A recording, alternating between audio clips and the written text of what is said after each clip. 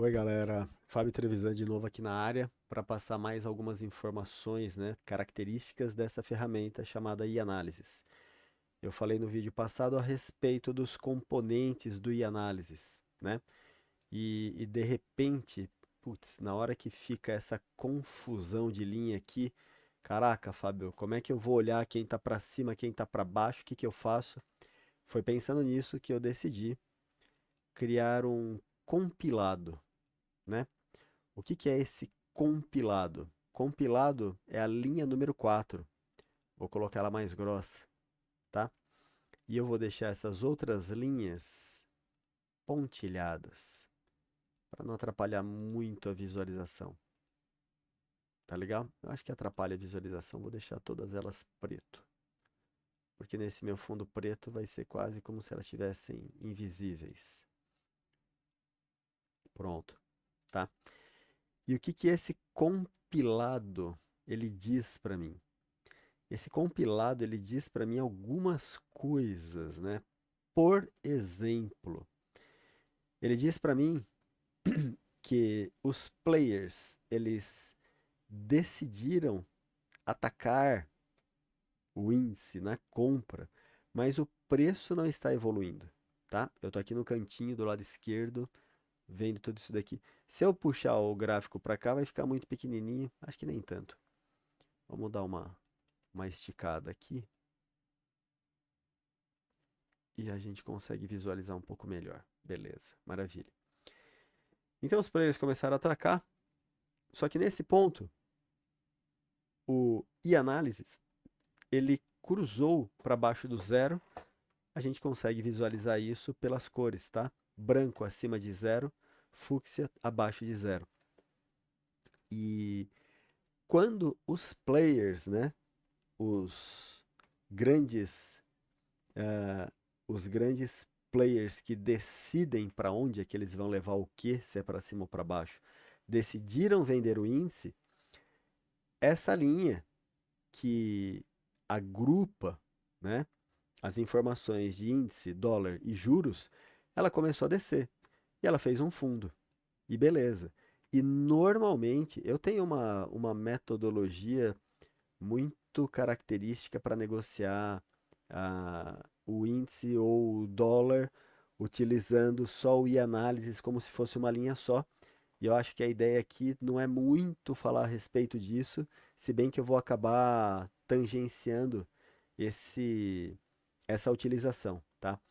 Eu não gosto, eu, Fábio, não gosto de trabalhar rompimentos, porque senão eu compraria esse rompimento do indicador para cá e eu venderia logo dois candles depois.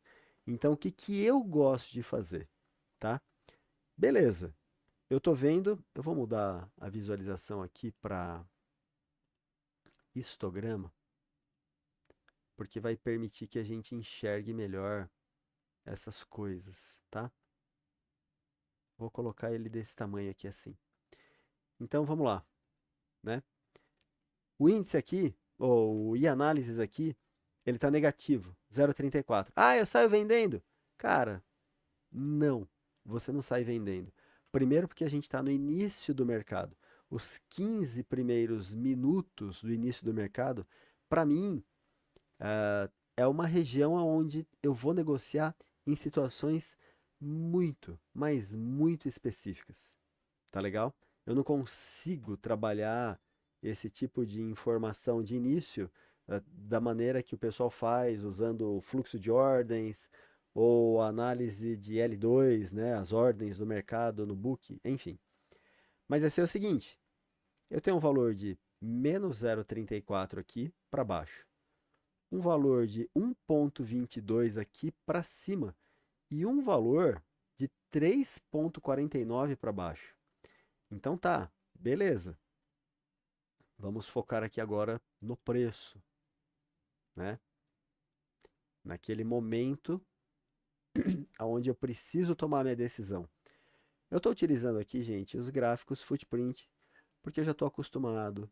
A gente, na época da Footprint Brasil, ajudou a Nelogic a desenvolver algumas coisas aqui relacionados à leitura de fluxo de ordens no gráfico, né? Que é o que o order flow faz, enfim. Então assim, tá, nesse candle aqui, eu tenho aquele desenho de rompimento. Para mim é rompimento, tá? O que é rompimento para mim? Rompimento é isso daqui, seguido... Peraí, deixa eu colocar as setinhas aqui que vai ficar melhor. Um movimento para baixo, seguido de um movimento para cima, seguido de um movimento para baixo, maior do que o fundo anterior. Isso daqui é rompimento, tá? A mesma coisa funciona para a parte de cima. Então, assim, existiu um rompimento para baixo. Sim, existiu um rompimento para baixo? Beleza. O que o Fábio faz? O Fábio, ele pode fazer isso daqui. Ô, Cacilda. Eu tô acostumado com o ninja, que a gente não precisa segurar e arrastar. Tô acostumado com isso.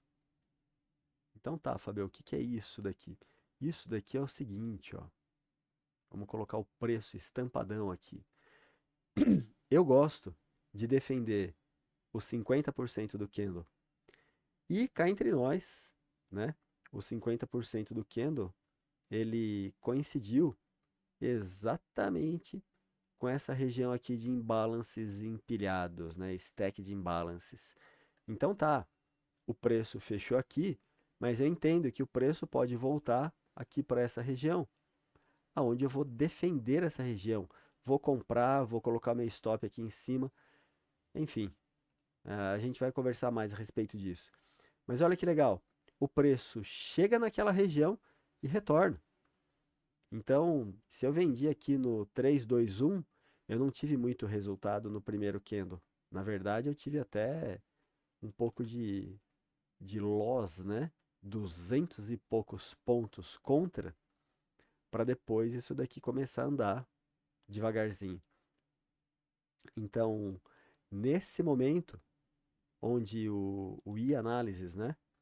Ele começou a marcar venda, eu poderia ter negociado dessa maneira, protegendo o candle e tudo mais. Eu não gosto disso, tá? O que eu gosto, utilizando uma linha só, é disso daqui, dessa situação, e talvez no formato de linha fique mais fácil de eu demonstrar isso daqui, o que eu estou querendo dizer, tá? Vamos lá. O e-análisis veio, trabalhou para baixo e tudo mais, beleza, maravilha. Nesse ponto, ele fez um retorno para cima, na direção do zero. Putz, beleza, maravilha. Só que na volta, ele não ultrapassou o fundo anterior. Para mim, gente, de novo, né? Vamos colocar lá topos e fundos, tá? Vamos lá para topos e fundos, topos e fundos. Vamos marcar dessa maneira.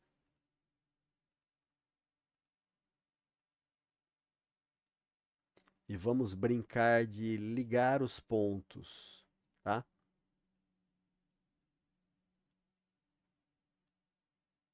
Para mim, o que é uma tendência de alta? Fundos mais baixos, topos mais altos, tá? Então, toda vez que eu tenho a violação de um topo anterior, eu fico esperando o próximo fundo. Será que esse próximo fundo ele vai vir abaixo do último fundo ou ele vai vir acima? Entendeu? Quando eu estou olhando para o e-análisis, né, eu estou percebendo que o comportamento dos players, e aí eu não estou falando de uma linha, eu não estou falando de preço, eu estou falando de comportamento do mercado. Essa relação intermercados é o que está estampada nesse indicador nesse momento. Então, quando eu vejo um fundo recente que não ganhou o fundo anterior, opa, talvez o preço esteja dando uma desacelerada, tá? E o que vocês vão perceber usando as Z-Bands, né?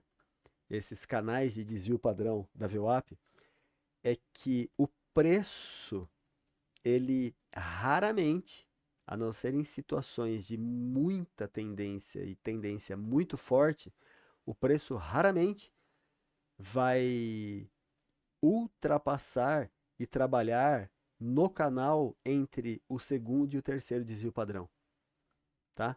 Precisa ser uma tendência muito forte. Então, o preço ele para de trabalhar dentro deste canal e ele trabalha para fora. Putz, beleza, né?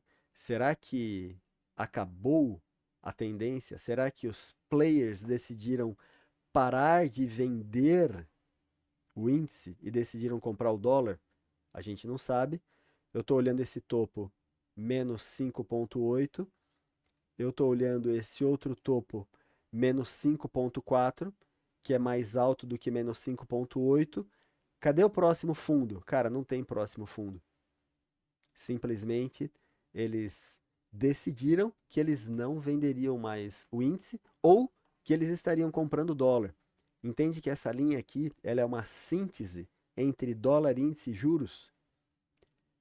Como eu gosto de operar esse tipo de informação é o que a gente vai ver no próximo vídeo. Tá legal? Vejo vocês lá.